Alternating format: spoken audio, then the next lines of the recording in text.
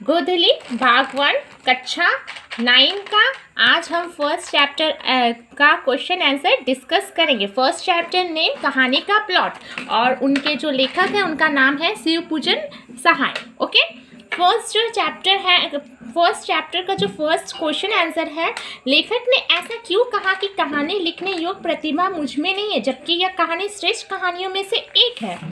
तो यहाँ आंसर है, हियर इज आंसर।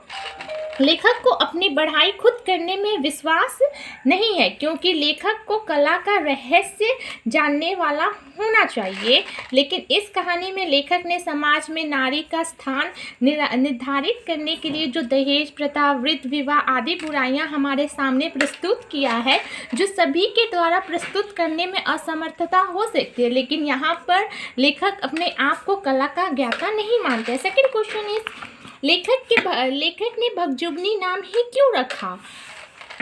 यह कहानी ग्रामीण परिवेश की कहानी है और उसमें लेखक को देहाती नाम अच्छा लगा, इसलिए लेखक ने भगजुगनी नाम ही रखा। Third question is, Munshi ji के बड़े भाई क्या थे? तो मुंशी जी के बड़े भाई पुलिस दरोगा थे। एंड फोर्थ क्वेश्चन इज, दरोगा जी की तरक्की रुकने की क्या वजह थी? दरोगा जी की तरक्की रुकने की वजह उनकी घोड़ी थी। 5 इज, मुंशी जी अपने बड़े भाई से कैसे उन्नीन हुए? एक घोड़े अफसर के हाथ अच्छी खासी रकम पर घोड़ी को बेचकर मुंशी जी अपने बड़े भाई से उन्नीन हुए। 6 नंबर इज, थानेदार की कमाई और फूस का तापना दोनों बराबर है, लेखक ने ऐसा क्यों कहा? दरोगा जी ने जो कुछ अपने जीवन में कमाया था वो सभी अपने जीवन में ही खत्म कर दिया।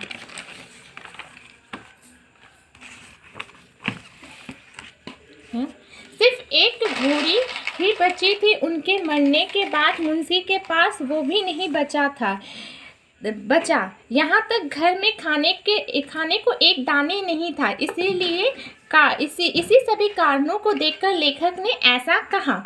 7 नंबर इज, मेरी लेखनी में इतनी जोर नहीं। लेखक ऐसा क्यों कहते हैं? लेखक ऐसा इसलिए कहते हैं क्योंकि जब लेखक ने पहली बार भगजुगनी को देखा तो वह करीब 11-12 वर्ष की थी।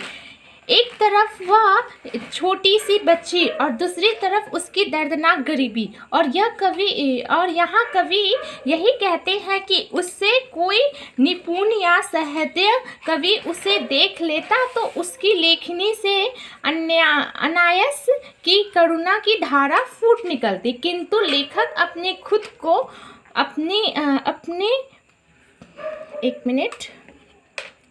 लेखक यहाँ खुद को बोलते हैं कि उनकी लेखनी में इतना जोर नहीं कि वो भगजुगनी की भयावह गरीबी का चित्र प्रस्तुत कर सके। नंबर 8 इज, भगजुगनी का सौंदर्य क्यों नहीं खिल सका?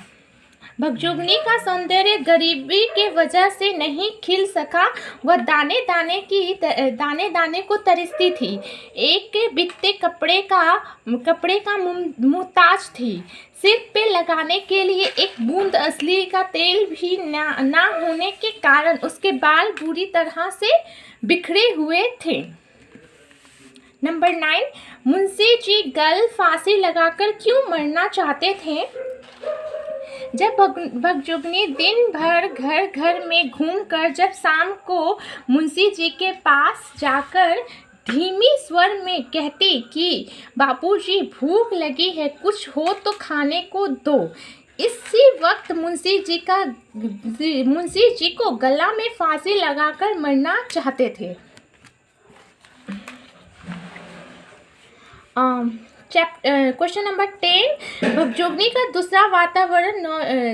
दूसरा वर्तमान नवयुवक पति उसका ही सौतेला बेटा है। यह घटना समाज के किस बुराइयों की ओर संकेत करती है और क्यों? भगजुगनी की शादी एक बूढ़े से हुई थी जो उसके बड़े होते ही वह मर गया। आज वह युवती है, पूर्ण युवती। उसका सौंदर्य उसके वर्तमान पति का स्वर्गीय धन है और दूसरा पति उसका सौतेला बेटा था। यह घटना समाज के बुराइयों को प्रस्तुत करता है। 11, इस कहानी का सारांश अपने शब्दों में लिखें। ये हमारा लास्ट क्वेश्चन का आंसर है।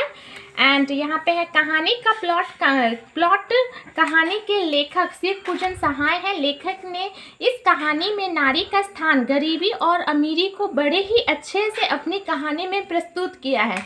उनके गांव के पास एक छोटा सा गांव है जिसका नाम बड़ा गवाड़ू है। गवाड़ू, वहाँ एक बूढ़े मुंशी जी रहते थे। उनकी एक पुत्री थी जिसका नाम कहानी में भगजुगनी रखा गया है। मुंशी के बड़े भाई पुलिस दरोगा थे। तब वह मुंशी जी का जीवन बड़े मज़े से बीत रहा था। दरोगा जी जो कुछ कमाए वो अपनी ज़िंदगी में ही ख़त्म कर डाला।